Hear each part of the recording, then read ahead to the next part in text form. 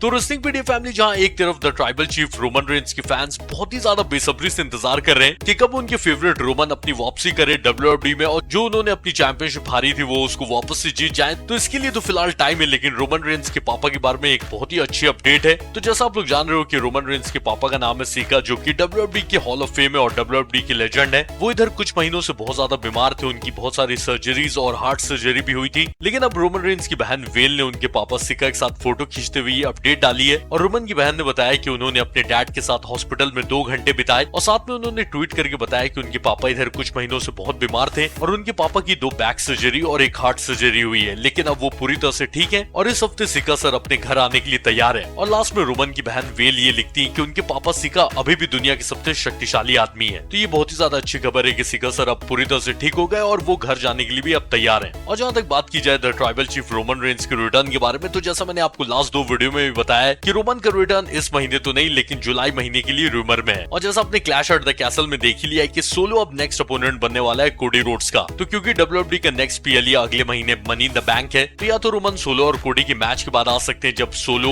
कोडी को नहीं हरा पाएगा, या फिर रोमन ने अपने करियर में जो एक चीज अचीव नहीं की यानी कि money in the bank contract जीतना, वो इस साल रोमन रिटर्न आकर money in the bank ladder match में कर सकते हैं। तो क्लैश एट द कैसल के बाद कोडी और सोलो का जो फ्यूड स्टार्ट होगा ये बहुत ही ज्यादा इंटरेस्टिंग होगा, क्योंकि इस फ्यूड में ऑब्वियसली रोमन रेंस भी कनेक्टेड है। और अगर सोलो अपने इस नई ब्लड लाइन की मदद से भी डब्ल्यूडब्ल्यूई चैंपियनशिप कोडी से नहीं जीत पाए, तो रोमन रिटर्न आकर फाइनली सोलो का हिसाब किताब कर सकते हैं। वैसे हिसाब करने से याद है कि कल मंडे नाइट रॉ है और CM Punk versus Drew McIntyre का जो अभी ये फ्यूड है ये नेक्स्ट लेवल पे जाने वाला है, क्योंकि जैसा हमने कल भी डिस्कस किया था कि सीएम पंक ने एक बार फिर से ड्रू मैकिंटायर को वर्ल्ड हेवीवेट चैंपियनशिप हरवा दी है। लेकिन मैंने आपको कल भी बताया था कि सीएम पंक और ड्रू मैकिंटायर का match money in the bank में नहीं बल्कि समर स्लैम 2024 में होगा। और अब ऐसी न्यूज भी आ चुकी है कि सीएम पंक मेडिकली क्लियर होंगे फाइट करने के लिए जुलाई के एंड तक। तो अब देखना ये है कि कल के मंडे नाइट रॉ में ड्रू मैकिंटायर को जब सीएम पंक एज अपोनेंट नहीं मिलेंगे तो ड्रू मैकिंटायर क्या अब men's money in the bank ladder match में इन्वॉल्व होंगे, और अगर वो उसमें भी इन्वॉल्व होते तो ऑब्वियसली सीएम पंक उनको men's money in the bank ladder match में भी हरवा देंगे। तो कल का मंडे नाइट रॉ और किसी के लिए नहीं तो ड्रू मैकिंटायर के लिए तो देखना बनता ही है। और जब बात वर्ल्ड हेवीवेट चैंपियनशिप मैच की कर ही ली है, तो अब world heavyweight champion Damien priest के बारे में भी बात कर लेते हैं। तो क्लैश एट द कैसल के बाद फिलहाल अभी डेमियन प्रीस्ट के लिए कोई अपोनेंट नहीं है, क्योंकि जैसा आप लोग जान रहे हो कि king of the ring Gunther को समर स्लैम में मैच मिलेगा वर्ल्ड हेवीवेट टाइटल के लिए। तो अभी जो डब्ल्यूडब्ल्यूई का नेक्स्ट पीएलई है उसमें देखते हैं कि डेमियन प्रीस्ट को कौन चैलेंज करता है। और वैसे रूमर्स तो है कि जजमेंट डे जल्दी धोखा देने वाले हैं डेमियन प्रीस्ट को और उन्हें वो मार के जजमेंट डे से अलग करने वाले हैं। पर मुझे नहीं लगता कि जजमेंट डे समर स्लैम से पहले या फिर नेक्स्ट ईयर से पहले अभी डेमियन प्रीस्ट को धोखा देंगे। तो वैसे इस बारे में ज्यादा सोचने की जरूरत नहीं है, क्योंकि कल का मंडे नाइट रॉ देखेंगे तो समझ में आ ही जाएगा कि डेमियन प्रीस्ट का नेक्स्ट अपोनेंट कौन होगा। तो चलिए मैं मिलता हूँ आप लोगों से कल के रॉ के रिजल्ट के साथ, और जाने से पहले मेरे भाई वीडियो को लाइक करिएगा, नहीं तो सब्सक्राइब करिएगा। मैं मिलता हूँ कल,